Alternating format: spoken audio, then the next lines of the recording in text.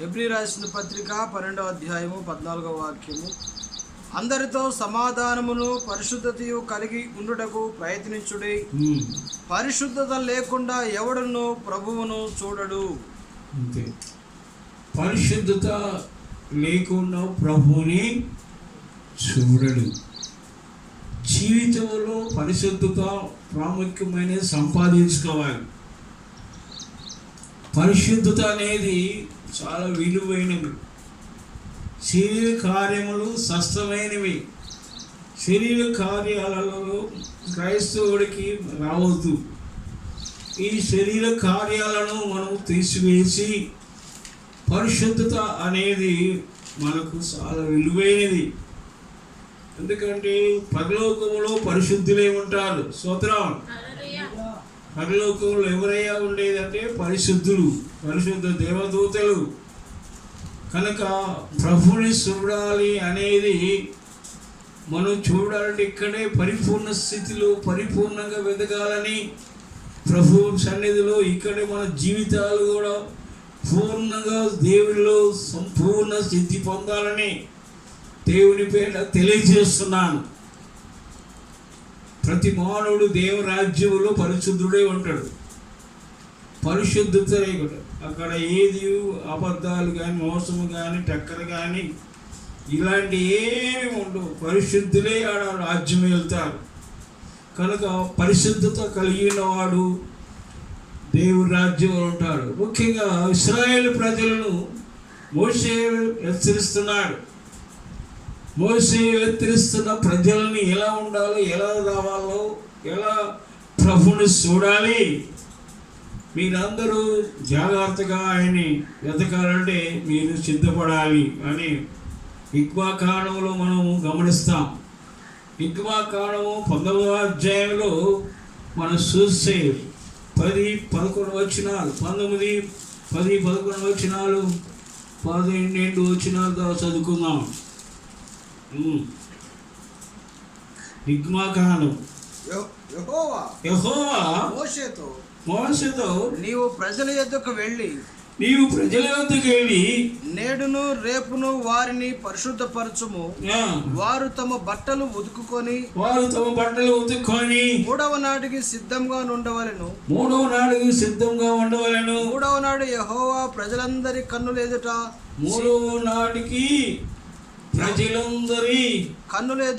కన్నులు ఎదుట సీనాయి పర్వతం మీదకి దిగివచ్చును. నీవు చుట్టూ ప్రజలకు మేలు. మూడో నాటికి నేను దిగి వస్తాను. ఎలా ఉండాలి మీరు?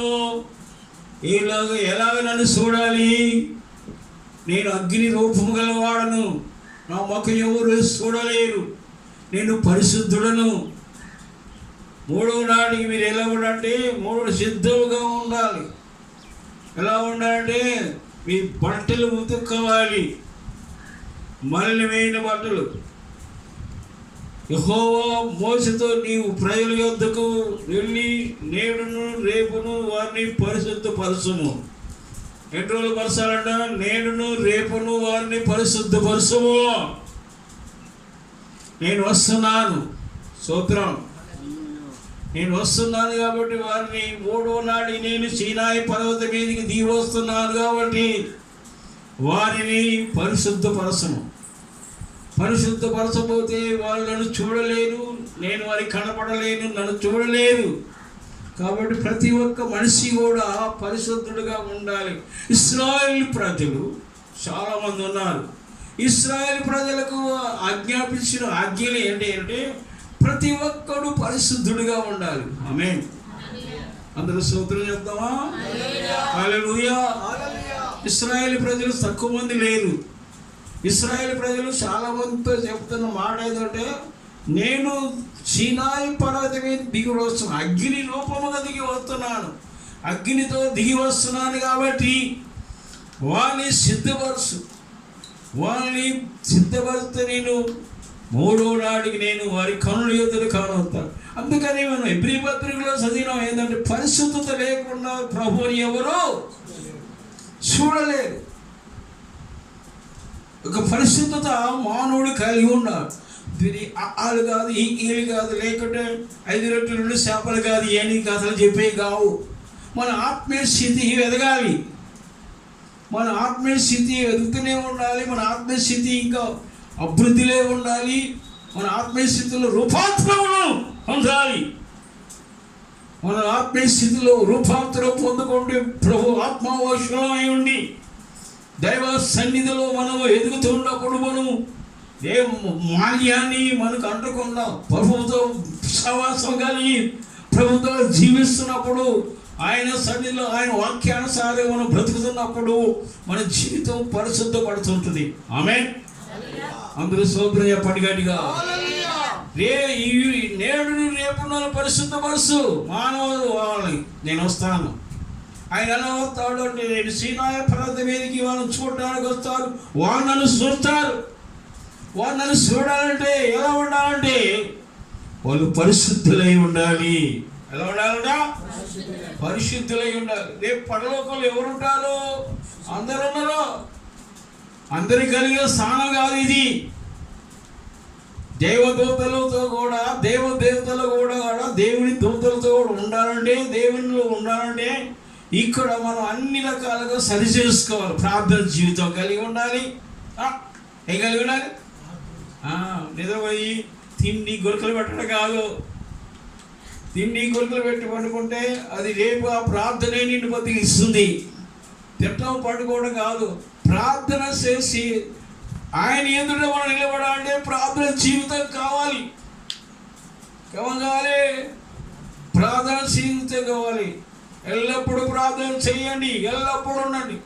ప్రభు ఎదుట ప్రార్థన జీవితం కలిగిన వాడు ప్రభు సన్నిధిలో ప్రార్థన విజ్ఞాపన చేసుకుంటూ మిలుకోగలిగి ఆయన సన్నిధిలో ఆ ప్రార్థన జీవితంలో మనము తగ్గించుకొని కడగబడి పశ్చాత్తాపడి కడగబడి ఆ మురికి కంపు మాల్యాన్ని మనలో తీసివేసుకొని ప్రభు నన్ను కడుగు, ఈ మొమ్మ కంటే తెల్లగా బాగుగా కడుగు నాయన అని మనము మన శరీర మాల్యములో ఉన్న కృష్యములు పాపములన్నీ కూడా తీసివేసుకొని మనం కడగబడాల్సిన దినం ఇది.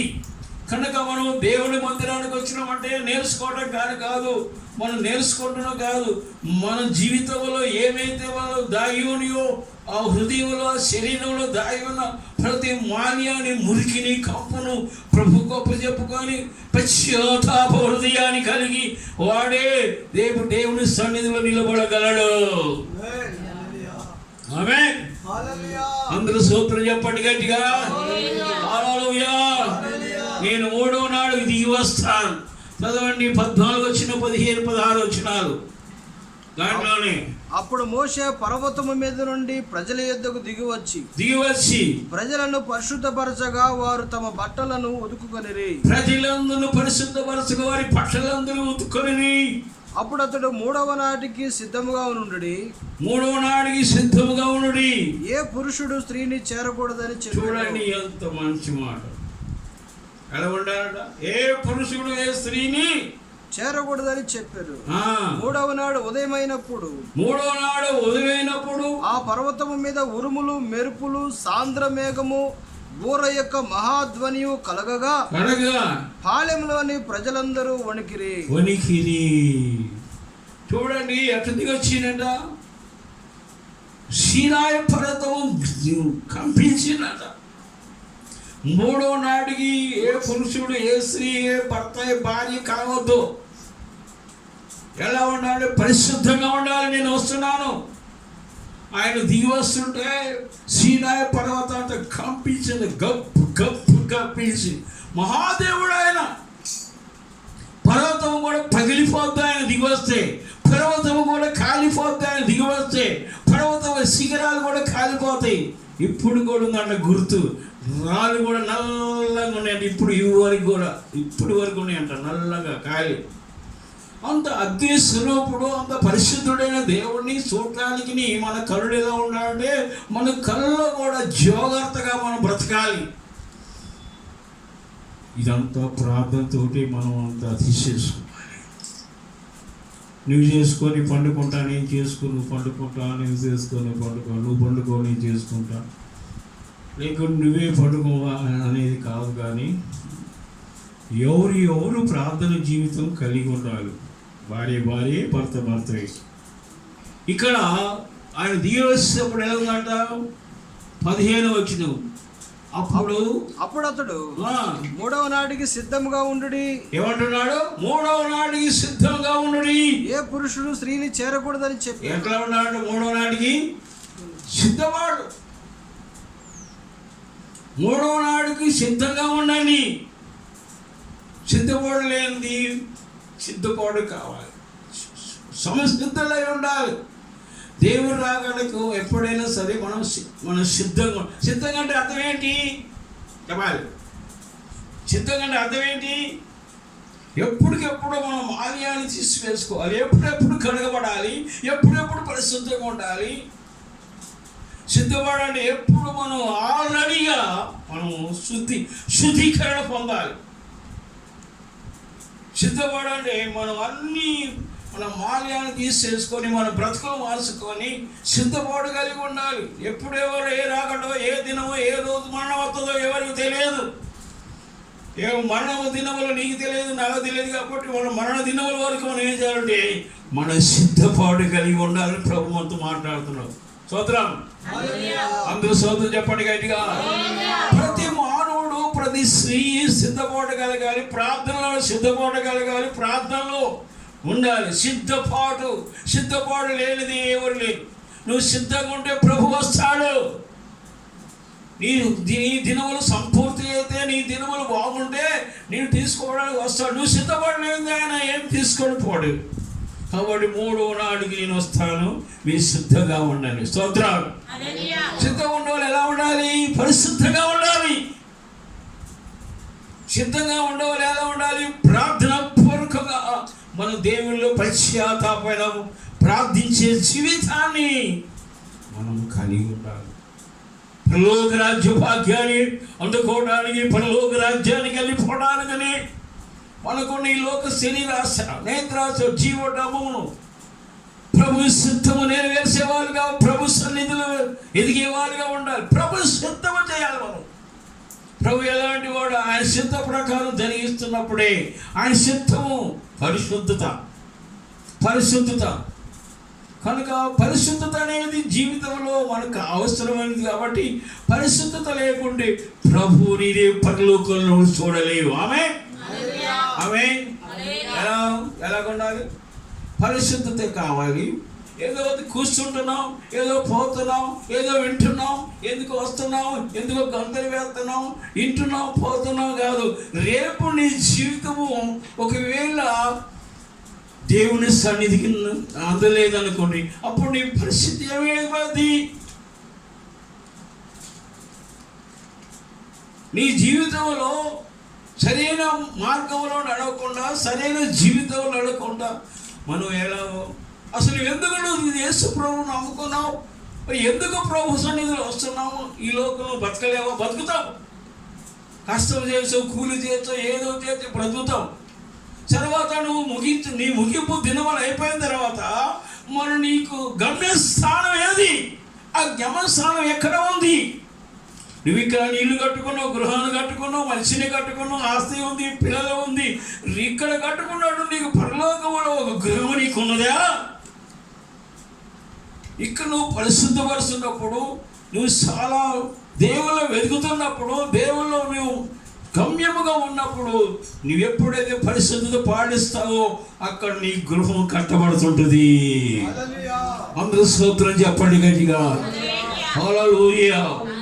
క్రైస్తవులే ఒక పరిశుద్ధుడు. మాల్యాన్ని నీలాలో ఉండవద్దు.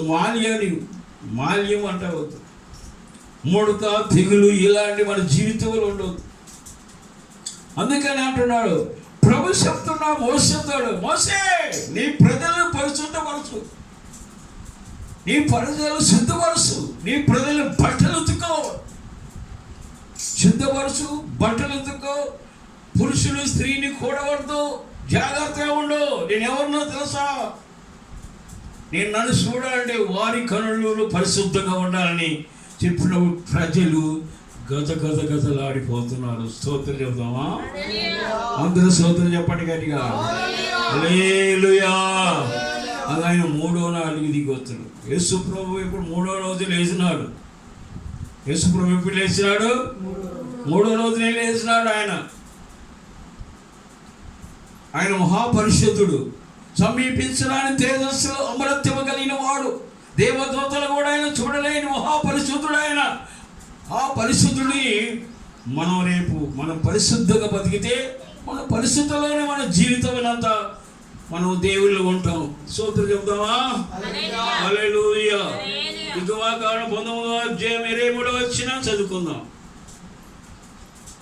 మోషే యెహోవాతో, ప్రజలు సీనాయి పర్వతము ఎక్కలేరు, నీవు పర్వతమునకు మేరలను ఏర్పరిచి దానిని పరిశుద్ధపరచవలనని మాకు ఖండితముగా ఆజ్ఞాపించితివలెను.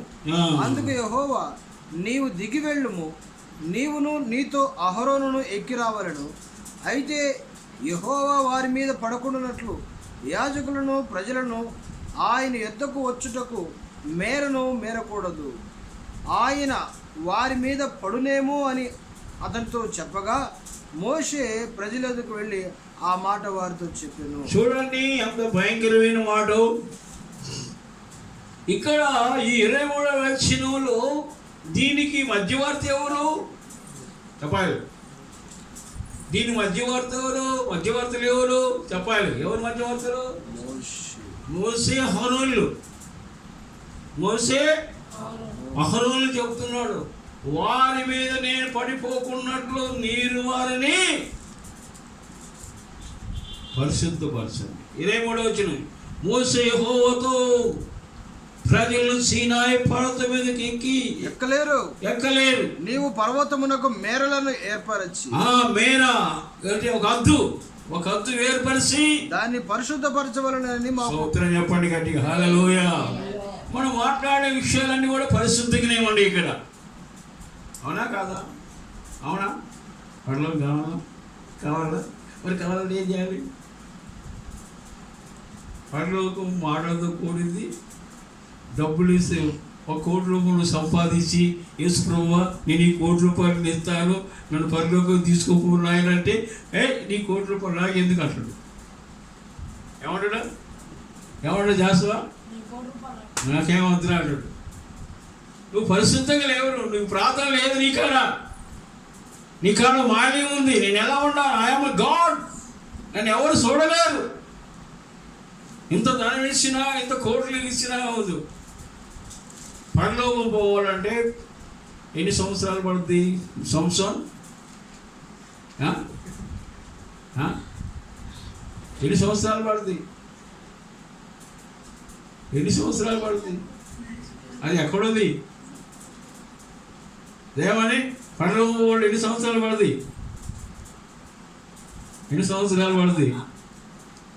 నడుచుకుంటూ పోతావా, లేకపోతే స్కైలాబ్ ఎక్కుతావా, లేకపోతే విమానం ఎక్కుతావా? తీసుకోవడానికి ఏమొచ్చినాయి? మరి నేను తీసుకోవడానికి దేవదూతలు వస్తారు. చప్పట్లు కొన్నాడు గట్టిగా. నేను తీసుకోవడానికి ఎవరు వస్తారు? దేవదూతల మీద, మేఘాల మీద వెళ్ళిపోతాం. ఏలియాను తీసుకోవడానికి అగ్ని రథములు, గుర్రములు వచ్చి ఎందుకు అగ్ని ఉంది? ఆ గుర్రముల చుట్టూ అగ్ని ఎందుకు ఉంది? ఆ రథములు ఎవరు కూర్చున్నాడు? ఏలియా కూర్చున్నాడు. ఎందుకంటే మధ్యోకాశంలో దురాత్మ సమూహాలు ఉన్నాయి కాబట్టి ఏలియాని పట్టుకొని తీసుకొచ్చి బంధిస్తాయని పరిశుద్ధాత్మ దేవుడు అగ్ని రథాల మీద కూర్చోబెట్టి ఏలియాని పరలోకము తీసుకుపోయాడు. చుట్టూ అగ్ని ఉంది, దేవదూతలు పట్టుకోలేకపోయినారు, ఏలియా పరలోకి వెళ్ళిపోయారు. మనకైతే దేవదూతల సమూహంతో కడపూర మోగగానే దేవుని రాజ్యానికి వెళ్ళిపోతారు. సిద్ధపడటమే నీవు కారణము. స్తోత్రం చెప్పండి గట్టిగా. హల్లెలూయా. ఎందుకంటే చాలా అర్థం, మధ్యవర్తి లేకుండా పని జరగదు. మధ్యవర్తి రావాలి. మోసే చెబుతున్నాడు, మోసే ప్రజలు సిద్ధపడుతున్నాడు, మోసే ప్రజల్ని సిద్ధపడుతున్నాడు. జాగ్రత్త, మీరు 6 లక్షల కాలఫలము, మీరందరూ పరిశుద్ధంగా ఉన్నారు. దేవాది దేవుడైన యెహోవా దిగి వస్తున్నాడు. ఆయన మీకు కనబడలేడు, కనబడతాడు. ఈరోజు మీరు పరిశుద్ధంగా బ్రతకాలి. 3వ రోజు దిగి వస్తాడు. స్తోత్రం చెప్పండి గట్టిగా. హల్లెలూయా. నిర్గమాకాండము 19వ అధ్యాయం 6వ వచనం. సమస్త భూమియు నాదే కదా, సమస్త భూమి నాదే కదా, మీరు నాకు యాజక రూపమైన రాజ్యముగాను పరిశుద్ధమైన జనముగాను ఉందరని చెప్పుము. పరిశుద్ధ జనముగా ఉందరని చెప్పుము. ఈ మాటగా అందరూ స్తోత్రం చెప్పండి గట్టిగా. ఎలా ఉండాలంట?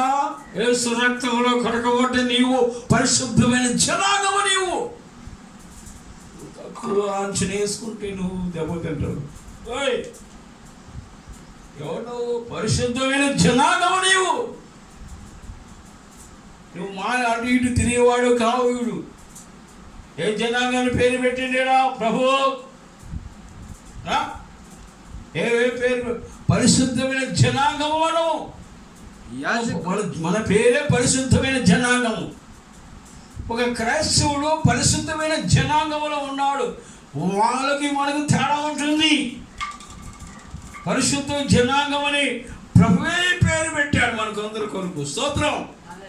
ఎలా ఉంటుంది ఆ పేరు? సమస్త భూమి నాదే కదా, మీరు నాకు యాజక రూపమైన రాజ్యముగాను పరిశుద్ధమైన జనము గాను ఉందురు చెప్పుము. స్తోత్రం. మనందరూ పరిశుద్ధమైన జనాంగం. ఎవరయ్యా పరలోకంలో? ఎవరయ్యా పరలోకంలో ఉండేది? ఎవరు పరలోకం వెళ్ళాలి? ఇక్కడే నీ మాల్యాన్ని తీసేసుకోవాలి. ఇక్కడ నీ అబద్ధాలు మానాలి. ఇక్కడే నువ్వు జాగ్రత్తగా బ్రతకాలి. ఆ రాజ్యం కావాలా? ఆ రాజ్యం కావాలంటే కష్టపడటమే మంచిది. ఆ రాజ్యం కావాలంటే ఏం చేయాలి? కష్టపడటమే మంచిది. బ్రతికినంతకాలం దేవుని రాజ్యం కొరికి బతుకుతున్నావా? లేవో సంపాదన కొరకు వచ్చినవా? స్వస్థతల కొరకు వచ్చినవా? గృహాలు కట్టుకోవడానికి వచ్చినవా? కోటీశ్వరులు కావడానికి వచ్చినవా? దేనికి వచ్చినావు? రేపు నీ ఆత్మ జీవి చనిపోయినప్పుడు ఆ ఆత్మ ఎక్కడికి వెళ్ళిపోతుంది? అది నువ్వు గ్రహించినవా? నీవు పరిశుద్ధంగా ఉంటుంటే దేవుని దూతలే వచ్చి తీసుకొని పోతారు. స్తోత్రం చెప్పండి గట్టిగా. హల్లెలూయా, హల్లెలూయా. సింహాసనమైన దేవుడు సింహాసనం ఇచ్చే దినం. ఒక పరిశుద్ధుడికి ఒక సింహాసనం ఉంటుంది. ఆడ ఆ సింహాసనం మీద కూర్చోబెట్టగానే పరిశుద్ధులే ఉంటారు ఆయన చుట్టూ. పరిశుద్ధులు ఎవరు? పరిశుద్ధులు తప్ప ఎవరు అక్కడ నిలవలేరు. కనుక వాడు ఏం చెప్తున్నాడంటే ఇర్మియా గ్రంథంలో ఒక విషయాన్ని నీకు తెలియజేస్తాను. ఇర్మియా గ్రంథంలో మనం చూద్దాం. ఇర్మియా గ్రంథం 4వ అధ్యాయంలో, ఇర్మియా గ్రంథం 4వ అధ్యాయం 13వ వచనం. మేఘములు కమ్మునట్లు ఆయన వచ్చుచున్నాడు, ఆయన రథములు సుడిగాలి వలెనున్నవి, ఆయన గుర్రములు గద్దల కంటే వేగము గలవి. అయ్యో మనము దోపుడు సొమ్మైతిమి. యెరూషలేమా నీవు రక్షించబడినట్లు నీ హృదయములో నుండి చెడుతనము కడిగి వేసుకొనుము. ఎన్నాళ్ళ వరకు నీ దుష్టాభిప్రాయములు నీకు కలిగియుండును. చాలు. ఆయన వస్తున్నాడు కాబట్టి ఏం చేయాలి? చెడుతనం తొలగించాలి. ఎలా వస్తున్నాడు? ఏ రీతిలో వస్తున్నాడు అంటే 13 మేఘములు కమ్మునట్లు ఆయన రథములు సుడిగాలి వలె ఉన్నవి. ఆయన రథములు సుడిగాలి వలె ఉన్నది. ఆయన గుర్రములు గద్దల కంటే వేగము గలవి. ఆయన గుర్రములు గద్దల కంటే వేగము గలే ఉన్నది. అయ్యో మనము దోపుడు సొమ్మైతిమి. ఇప్పుడు అంటున్నారు ప్రజలు, అయ్యో మేము దోపుడు సొమ్మైపోతిమి. యెరూషలేమా నీవు రక్షింపబడినట్లు నీ హృదయములో నుండి ఏం చేయాలి? ఇప్పుడు నీ హృదయములో నుండి చెడుతనము కడిగి వేసుకోను. ఎన్నాళ్ళ వరకు నీ దుష్టాభిప్రాయములు నీకు కలిగి ఉండును. ఆమేన్. మరి ఆయన వస్తున్న అదే మోసేకు చెప్తున్నాడు. మోసే ప్రజలకు చెప్తున్నాడు. మోసలకు వివరిస్తున్నాడు. మోసే కూడా అదే చెప్తున్నాడు. మీ చెడుతనం తీసివేసుకొని మీ బట్టలు ఉతుక్కొని పరిశుద్ధంగా బతకాడు. ఇర్మియాతో కూడా దేవుడు ఇదే మాట్లాడుతున్నాడు. మీ హృదయంలో చెడుతనం తీసివేసేయండి. ఎక్కడుందండి చెడుతనమా? హృదయంలో చెడుతనం, పైన మాల్యాన్ని తీసివేయాలి. ఆయన మేఘారుడైన అపోస్తున్నాడు అని చెప్తున్నాడు. యెరూషలేమా, ఎన్నాళ్ళు వరకు నీ హృదయంలో చెడుతనం ఉంచుకుంటావు? ప్రజలారా, ఎన్నాళ్ళు చెడుతనం ఉంచుకుంటావు?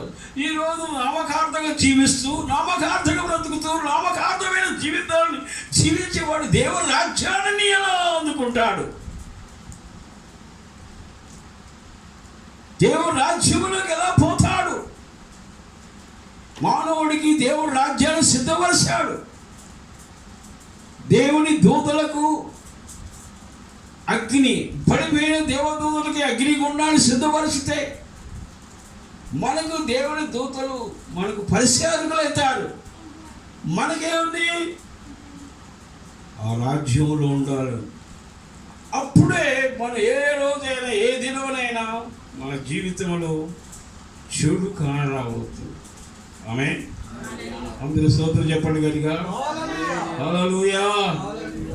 కనుక పరిశుద్ధమైన జీవితం ఎవరైతే జీవిస్తారో, పరిశుద్ధంగా ఎవరైతే బ్రతుకుతారో, పరిశుద్ధమైన జీవితాన్ని ప్రారంభిస్తారో, అది ఎవరైతే నేర్చుకుంటారో వారి దేవుని రాజ్యములో ఉంటారు. అందరూ స్తోత్రం చెప్పండి గట్టిగా. క్రీస్తుకు సమరూపము కలిగిన వాడమై ఉండాలి. క్రీస్తు ఎలా ఉండాలో సమరూపములో ఉండే కలిగి ఉండాలని దేవుని పేరిట మీకు తెలియజేస్తున్నాం. స్తోత్రం. అందరూ స్తోత్రం చెప్పండి గట్టిగా. హల్లెలూయా. అలాగే కీర్తన భాగంలో ఒక మాట చదువుదాం. కీర్తనలు 96వ కీర్తన, 96వ కీర్తన 13వ వచనం. 96వ కీర్తన 13వ వచనం. భూజనులకు తీర్పు తీర్చుటకై, భూజనులకు తీర్పు తీర్చుటకై యెహోవా వేంచేయుచున్నాడు. యెహోవా ఏం చేస్తున్నాడు? న్యాయమును బట్టి లోకమునకును, తన విశ్వాసతను బట్టి జనములకు ఆయన తీర్పు తీర్చును. చూడండి, ఎందుకు వస్తున్నాడు ఆయన? పరిశుద్ధమైన జీవితానికి లేకనే, దేవుళ్ళు సరిగా లేకనే ఆయన ఎందుకు వస్తున్నాడు? భూజనులకు తీర్పు తీర్చుటకు యెహోవా ఏం చేస్తున్నాడు? న్యాయమును బట్టి భూలోకములకు ఆయన, విశ్వాస సత్యమును బట్టి జనములకు ఆయన తీర్పు తీరుస్తున్నాడు. వస్తున్నాడు ఆయన. ఏ రోజు వస్తాడు? చివరి దినాలు, ఇది రాకడు దినాలు. ఈ సమీపైన దినాలలో మనం ఉన్నాం. ఎందుకు వస్తున్నాడట? ఎవరు చెడుతనం ఉందా, ఎవరు మోసగాడా, ఎవరు దొంగ, ఎవరు కొట్రా, ఎవరు నరహాంతకుడా, ఎవరు పాపే, ఇంకా నా వాక్యం వింటే ఇంకా మారలేక ఉన్నారా, వాక్యం ద్వారా ఇంకా జీవించడా లేదా, వారి కొరకు ఏమంటా ఆయన పరలోకములో ఉండి ఆయన దిగి వస్తున్నాడు. స్తోత్రం. అందరూ స్తోత్రం చెప్పండి గట్టిగా. హల్లెలూయా. కనుక దేవుని నామానికి స్తోత్రములు. ఈ మధ్యాహ్న కాలంలో దేవుని వాక్యం వింటున్నా నీవును, ప్రభు వచ్చేది ఒక తీర్పు తీర్చడానికి రాబోతున్నాడు. చెడుతనం ఎవరి దగ్గర ఉంటుందో వారికి తీర్పు ఉంటుంది. ఎవరైతే భక్తిహీనతగా ఉంటారో ఆ భక్తిహీనతను వాళ్ళు గద్దించడానికి వస్తున్నాడు. అందరూ వెళ్ళాలి పరలోకంలో, అందరూ పోవాలి. అయితే మహోన్నతుని పరిశుద్ధులే, పరిశుద్ధులే రాజ్యాధికారము నొందుదురు. వారు యుగ యుగములు యుగ యుగాంతముల వరకు రాజ్యమేలుదురు. స్తోత్రం చెప్పండి గట్టిగా. ఎవరైతే రాజ్యము? మహోన్నతుని పరిశుద్ధులే, పరిశుద్ధులు రాజ్యాధికారము నొందుదురు. వారు యుగ యుగములు, ఎన్నిగాలు యుగ యుగములు, ఎన్నిగాలు యుగ యుగాంతముల వరకు రాజ్యమేలు. అంతము లేదుగా, నీకు మరణం లేదు. యుగాంతం వరకు నువ్వు పరిశుద్ధులే, రాజ్యమేలుదురు. అందరూ స్తోత్రం చెప్పండి గట్టిగా. అందరూ స్తోత్రం చెప్పండి. హల్లెలూయా. కాబట్టి మనం ఇని గ్రహించాలి. వస్తున్నాం పోతున్నాం, ఇంటున్నాం పోతున్నాం అని వింటున్నాం పోతున్నామని మనం అనుకోవద్దు. దీన్ని ఒక కట్టుబాటు ఉండాలి, దీనికి ఒక సిద్ధపాటు ఉండాలి, దీనికి ఒక పరిశుద్ధత ఉండాలి, దీనికి ఒక క్రమం ఉండాలి. ఇప్పుడు చెప్పిన వాక్యాన్ని ఏం చేయాలంటే అది మన హృదయంలో భద్రపరచాలి. దాని ప్రకారం జీవించడానికి నీ తీర్మానం కావాలి. ఆమేన్. తీర్మానం లేకుండా ఎలా ఉంటావు? తీర్మానం లేకుండా నువ్వు పరిశుద్ధంగా ఉంటే నువ్వే పోతావు. రేపు మేరవ నీ సిగ్గు పట్టుకొని రాదు. 98వ కీర్తన 9వ వచనం.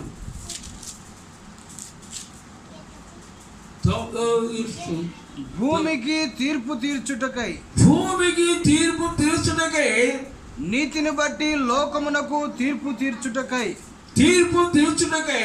న్యాయమును బట్టి జనములకు తీర్పు తీర్చుటకై యెహోవా వేంచేసి ఉన్నాడు.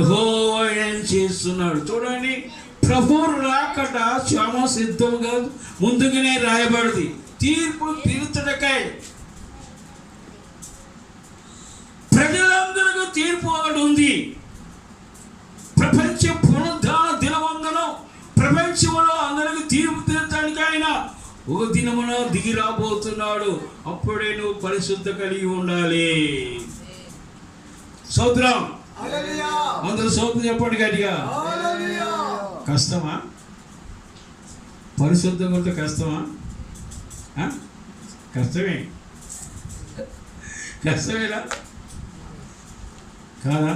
కాదనిపోతే మంచిదే.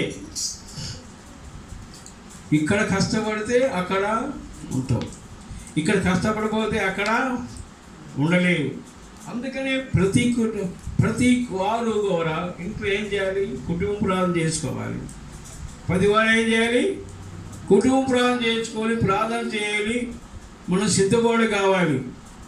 మనలో ఉన్న భయంకరమైన ఆ చెడుతనాన్ని తీసివేసుకోవాలి. మన ఇర్మియా గ్రంథంలో నీ హృదయంలో చెడుతనం ఎంతకాలం ఉంచుకుంటావు? యెరూషలేమా కడిగివడు. మనం కడగబడటానికి, మనం దేవుని రక్తములో కడగబడటానికి మనం పరిశుద్ధులుగా ఉంటాం. కాబట్టి ఆయన ఒక దినం రాబోతున్నాడు. సంఘం ఎత్తబడే రోజు రాబోతుంది. ఇది సిద్ధపడగలిగిన రోజు కాబట్టి మనం ప్రభు సన్నిధిలో సిద్ధంగా ఉండి ప్రభు వాక్యం ద్వారా మనం మేలుకొని ఆయన అసలు పరిశుద్ధులుగా జీవిద్దాం. అటు కృప దేవుడు దయచేయను గాక. ఆమేన్.